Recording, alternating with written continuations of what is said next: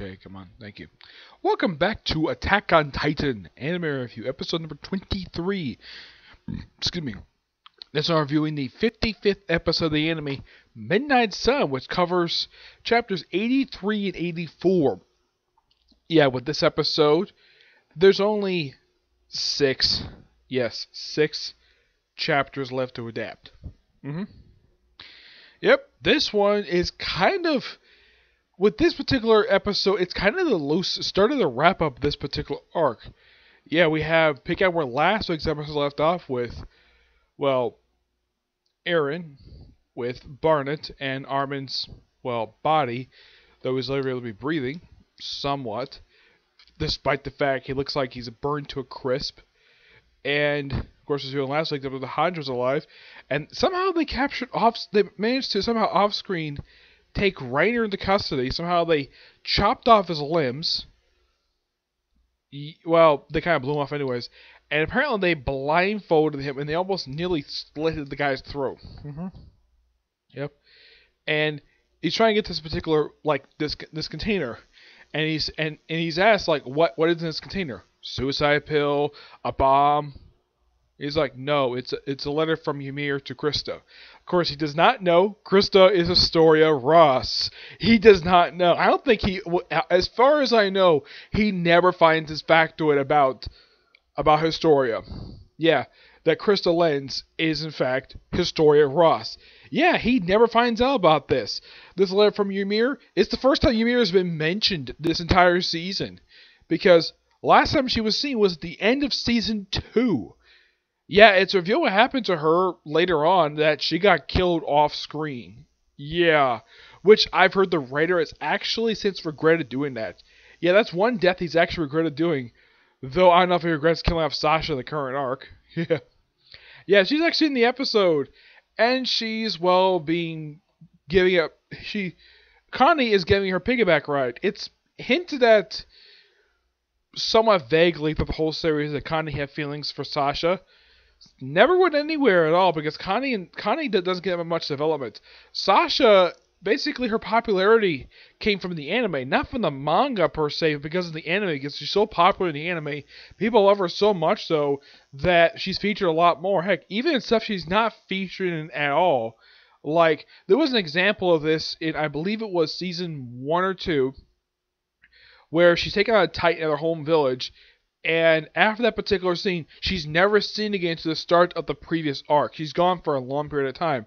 In the anime, of course, you see at the end of season 2 with the whole thing of rescuing Eren from, well, Reiner and Barnet. Yep. Yeah, and she's basically unconscious, and she stays like this the whole episode. Yeah. And, of course, then we have Zeke come by on the Card Titan, scoops up Reiner, though I at least gotta appreciate Jean taking the time to actually saving Hodge, basically, when he did this. And here's the thing, this probably is a decision. Does she thank him for saving her life? As far as I know, no, he doesn't. She doesn't do that. It would have been nice if she did that, but also, fun fact about this character is sort of gender neutral. The writer didn't specifically say this character is a woman, despite the fact when you look at her, Hodge is a woman. Despite the fact that the writer himself in the Japanese, well, in the original Japanese translation, he said that basically that she's supposed to be gender neutral. Her gender was not specifically revealed. When Armin first showed up, people thought that Armin was a girl, though it's a guy. Though I will talk about that soon. Yeah, the whole thing about him being a guy. Yeah, so they sort of get into it now. There's a portion of this episode that was actually teased back like 6 episodes back in episode 12. They actually teased what happened in this very episode here. We have Eren and Miska fighting Levi over something. This episode actually reveals what that was. Yeah, this revealed that well, basically both Levi and this other guy who somehow found Erwin barely alive, and somehow he dragged his near dead body over the wall. He took time to do this and bring him straight to Captain Levi. Do not know why, just that, well, that's basically where it is. Oh, and also, Barnet is basically still got the whole swollen face thing, and his limbs are still chopped up. That is actually in the manga. The whole thing with his face being the way it is, that I think is original to the anime because, yeah, his face is perfectly fine in the manga. Here, it's basically it basically looks like his actual face when he's in his colossal Titan form. Yep. Oh yeah, before Levi shows up, we have a brief encounter between Zeke and Eren, and Zeke points out that he looks nothing like his father, Gesher Irwin. I think it's like Gesher Jaeger. He looks nothing like him. Well, that kind of makes sense because he looks more like his mother. Yep. Now, from what I can tell for this particular scene, it's probably set up for later when it comes to Zeke. Yeah, this is basically stuff developed for this character much later in the series. Yeah, this is set for their development. And of course, let's talk about the basement. And Eren brings up Armin's dream of seeing the ocean. Yeah, he really wants to see it. It's been his dream for years. Though I will not get to if he doesn't get a chance to see that. I'll talk about that when he gets to the final chapter of this arc, which was chapter 90.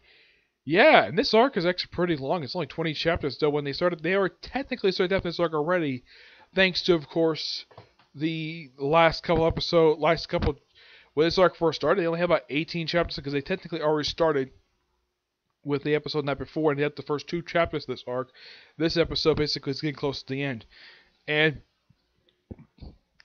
of course, Levi basically has almost everybody's there. Of course, Jean doesn't say anything over this, and basically Mitsuka basically proves a point, though Hange basically stops her, and of course Hange can't basically.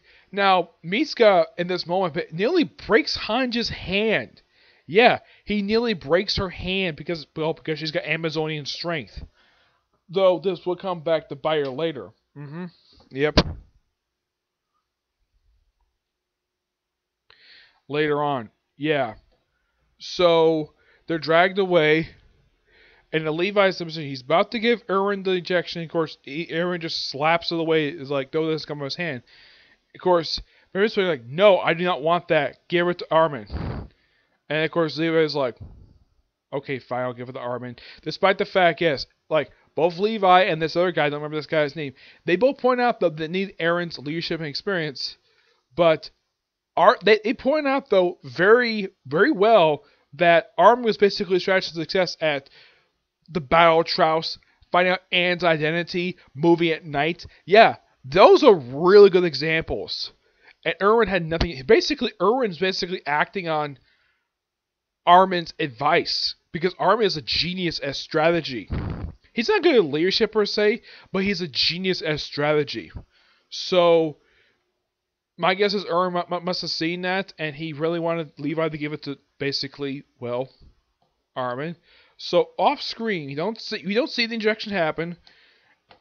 Armin gets ejected, turns into a Titan, takes Barnet, and I gotta point out this is actually much more gorier than it was in the manga, where in the manga it just basically just dropped in his mouth. That's basically how he did. Here he just basically chews him, basically like normal Titans who just gobble him up, basically like it's a piece of meat. And that's how he eats him.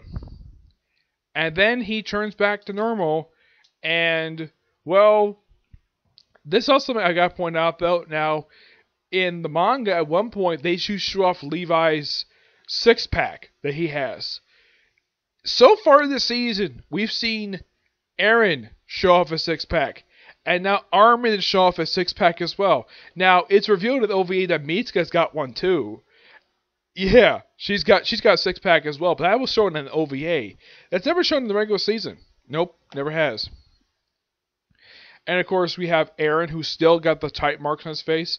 Of course, when he meets Zeke, he knows that too, because he knows he theorized this guy might be the Beast Titan, because Reiner is the Armor Titan, Barnet is the Colossus Titan, and this guy must be the Beast Titan. Yeah, of course, they don't reveal here what happened to Mir, when that was, of course, the whole thing with Reiner, but yeah. Then of course transfer, and that's where the episode ends. And then next week we're gonna get, now this is basically teased with the title The Basement, And for the preview, yes, this is going to happen. People have been waiting for this, probably for the anime, since they mentioned this back in the Battle of Troust. Since that particular arc, that's how long people have been waiting to see this in the anime.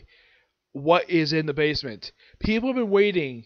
As far as I know, I think people have been waiting for a good, I'd say about 4 years for this. Basically waiting almost an entire 3 seasons just to get to this moment.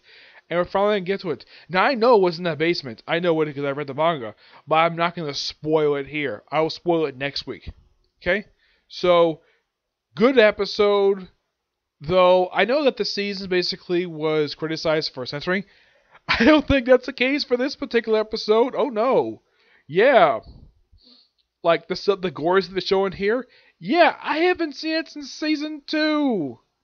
Yeah. Like, oh my gosh, like, wow. And of course, Barnet is basically screaming like crazy. And this is, I should point out, this is the episode where Barnet dies. And he stays dead. Though he is mentioned a few times after this. I don't think he's seen flashback per se, but he is basically mentioned frequently after this particular arc, though very stupidly by Eren, who thinks that Barnet's been influencing Armin's decisions since they ate him. Yeah. So, Armin's a Titan now. Well, Titan Shifter. So, the Survey Corps have got 2 Titan Shifters now on their side. Oh, in case you're wondering, Annie is still in that crystal by the time of the current arc. Yeah, she's still in it. And she hasn't got out of it despite the fact she's been in it for 4 years. I'm like, can they find a way to basically break that crystal? Yeah. But who knows, okay? So, that's it for this particular review. And I have one more video coming. I'm doing it next. And it's a comic corner. Yep. I'm talking about 2 DC trades. One is the last trade of a particular set of volumes, so it's not my final thoughts in this particular era. The other is a one-shot trade. Featuring a character nobody cares about. Okay? But these next few. Bye.